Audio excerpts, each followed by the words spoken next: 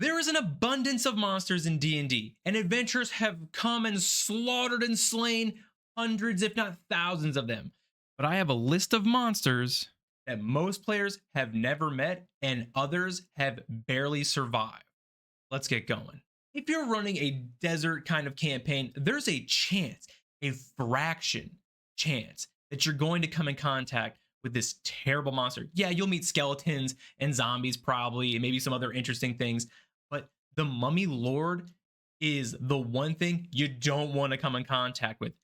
This thing has a slew of really bad stuff just for you, and without really good teamwork, you are about to lose very, very quickly. Not just the legendary actions, just the basic actions. One, it has a glare attack that will paralyze you if you fail by 5 or more. If you're paralyzed, that's advantage. That's just being around it. Look at you, boom, paralyzed. Bad day for you. But now it gets to use its regular attack. The regular attack, the slam, can inflict mummy rot, which lowers your HP indefinitely for 24 hours. It's a curse. It's mummy rot. If you come down to 0 HP, you get no saving throw, my good sir, my good lady. Absolutely not. That is too nice. You are turned to dust. You are blown away in the wind. You do not want to meet this creature. For the legendary actions, it's pretty bad. 1, it can blind you. 2, it can stun you. 3, it can keep you from regaining HP. And lastly, it can just turn into sand and move around wherever it wants. You can't knock it prone. You can't stop it. That's pretty bad because it will be accompanied by other mummies. And you're just going to get dogpiled on. So be ready.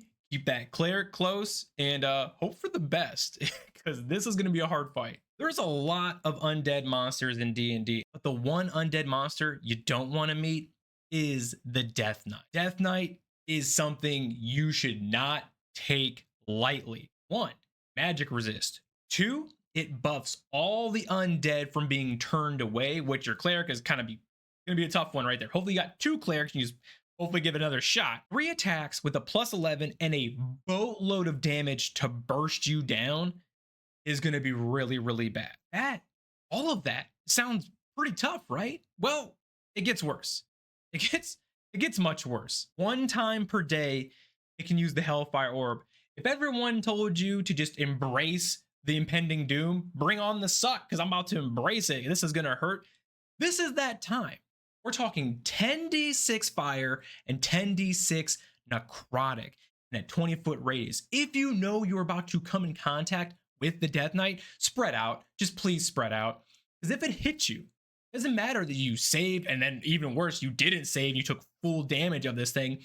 Now the horde is about to run to you, the undead legion, with this thing commanding it. Now let me hit you with the good news. Woohoo, there's good news. I know, right? It's only got 1 Hellfire Orb. That's all the good news I got for you. Everything else here is terrible. It's bad. AC is 20, almost 200 HP. All the other stats, they're pretty good. And don't forget, has advantage in all the magic stuff. Whatever is in his legion of things to do right here, you are going to have a very uphill battle against this guy. So if you know what you're getting into, spread out and plan. Now I know what you're thinking. It can't possibly get worse from here. Oh, I promise you. Hang on to your seat cushions, buckle your tray tables in. I know what I said. And now we're going to talk about from top to bottom what Baphomet the Abyss Lord is about to do to you. 1, his HP is 275. 2, his AC is 22. He has advantage on all the magic saves. You need a magic weapon or something like that to damage him. All of his attacks are going to do +17. He is going to hit you. He can also decide to go reckless. As if that's not terrible. With his charge ability, if you do not pass a 25 saving throw, you are prone. And then he's just going to go ham on you. Now you might ask yourself, how does he chop up his ham? Well, he has a special weapon called the Heart Cleaver. That thing is so metal. I love that. That's just so in tune for this Abyss Lord. Now, that's all the basic stuff. If you're meeting Baphomet, you are in his lair, the Minotaur's maze. There are other Minotaur hunting you, but maybe Baphomet wants to pay you a visit. Let me tell you about the lair actions. Now, I want you to think about Baphomet's lair actions like a very aggressive game of hide and go seek that just doesn't end well for you. It goes good for him, just not you. The first thing he can do is he can just invert gravity. So he can just pull you wherever he wants. He can push you. He can just do whatever he likes. He could technically flip the maze upside down and let you all fall. Who knows, however big the maze is, 60 feet, right? So if you don't pass your check and you land on the ceiling, now you're prone. Whoopsie. And then, advantage and slam, slam, slam. The other thing he will do is he can warp the maze to his liking. He can just make a door or seal a passage, and now the party is split. That is so bad. His last lair action is Mirage Arcane, which makes a perfect mirage, and the only way to tell the difference is to have True Sight. That doesn't even get rid of it, just lets you interact with the mirage to hopefully see your way through it. But at this point, your party's being divided, you're in a mirage, you hear huge stomping noises from the other side of the wall or through the walls or the ceiling or wherever you are. This is bad. It's really, really bad. Have fun. Let's move on to the most deadliest monster on this list, the Elder Brain Dragon. The Elder Brain Dragon has an AC of 17, HP of 350, a base movement of 40, but it can fly 80 feet. This thing has a plus 15 to pretty much all of its attacks, and it's a pretty basic dragon. But here's where it gets really, really nasty. It has a claw attack, it has a bite attack, yes, but has a tentacle attack.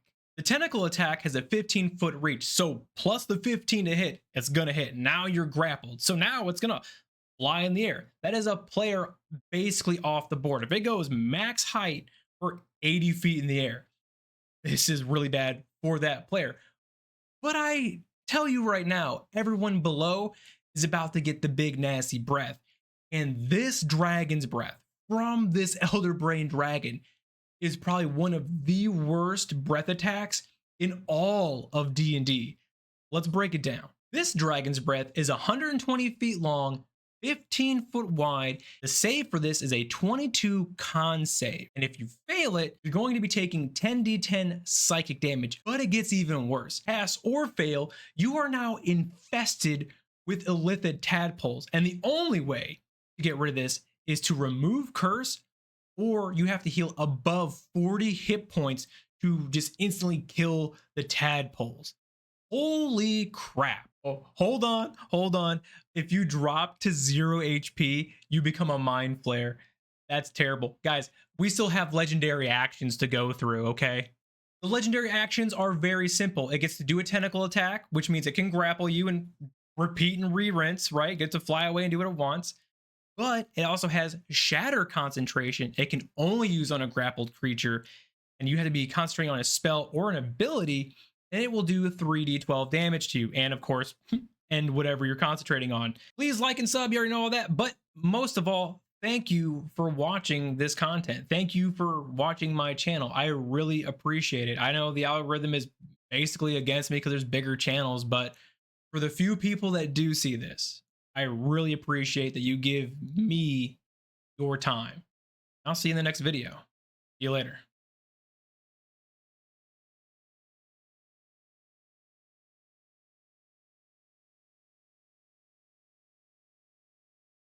Woohoo! We found a cool dragon. Yippity dee, yippity da.